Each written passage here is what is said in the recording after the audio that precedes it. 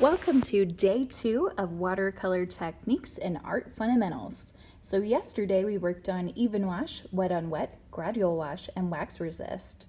Today we are going to finish the remaining techniques. In our first box we have lifting and glazing. Lifting is how you erase watercolor, because inevitably you will make a mistake and you'll want to lift some color. So with a clean brush and my clean water, I'm going to take my brush and I'm just going to gently scrub. I'm not going to grind the bristles into the paper, I'm just gently scrubbing. And then with a clean paper towel, I'm going to dab. I don't want to scrub the paper, I just want to dab at it so that I don't damage the surface of the paper. You'll notice I can get pretty close to the white of the paper. Again, that's how to erase watercolor. Glazing is how to take one color, putting it over another to make a new color. So if I overlapped yellow with blue, you wouldn't see a yellow box, you would see a green box because they mix. That's part of the beauty of watercolors, or their level of transparency. So if I do a yellow box, it's not going to look yellow, it's going to look yellow-green. So again, you pick a color of your choice to glaze a brand new color. It's going to be a great way to make all of your tertiaries.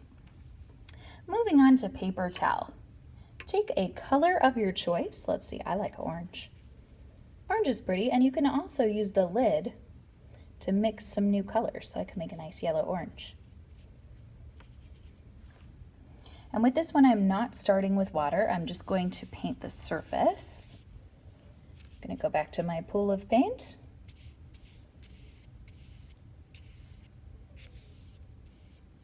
And with the paper towel, I'm going to crunch it up and I'm going to dab at it a bit.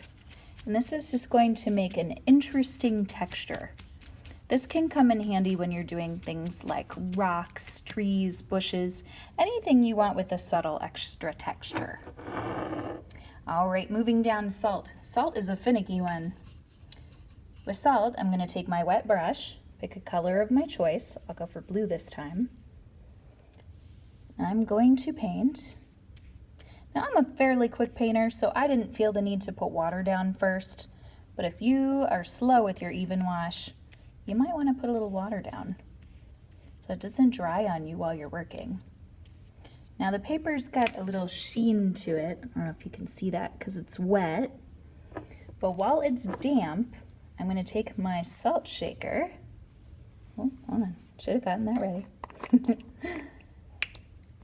And I'm going to sprinkle a little salt across the surface. Now you can see the salt had a pretty immediate effect, but in about 5 minutes that's going to look really cool because the salt is going to push the pigment away and pull in the water.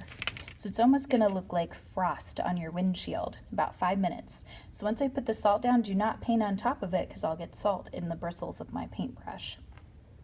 All right, moving over to masking, I'm going to mask the surface. Much like we did with the wax resist, this time I'm going to take some masking tape and put it on the surface of the paper. You can make a design if you like. I'm just going to make an X. And it's going to stop the paint from painting over that portion of my painting. I'm going to take a brown and just paint on top so you can see how the tape resists the paint. Now I didn't really push down very hard on the tape, so some of the paint may be leaking under the edges, and I'll give it kind of a rough edge, which I think could look really cool. But if you don't like that, you can use the lift technique to help make the edges look a little crispier. But now when I peel the tape off, and you can wait until this paint is dry, or you can take it off while it's still wet. Up to you. And mask the paper. This is really helpful if you want to paint around any edges or if you want any hard, straight edges in your piece. All right, our last one is plastic wrap. Grab a color you like. Let's see. I'll do blue again. I'm going to put blue, a nice blue even wash. Grab more paint. So pretty. And a little piece of plastic wrap, and I'm going to just lay it on the surface. Now I can pull it up right away like I did with the paper towel, and that's going to make an effect similar to the paper towel, or I can leave it here overnight, and then when you come in tomorrow and peel it off, this pattern that you're starting to see will remain permanent on the surface of the paper. So those are our techniques for day 2. We have lift, glaze, paper towel, salt, masking, and plastic wrap. And as promised, see how the salt is starting to affect the surface of the paper? Hopefully yours is doing the same. If it's not, you may have had too much water on the paper.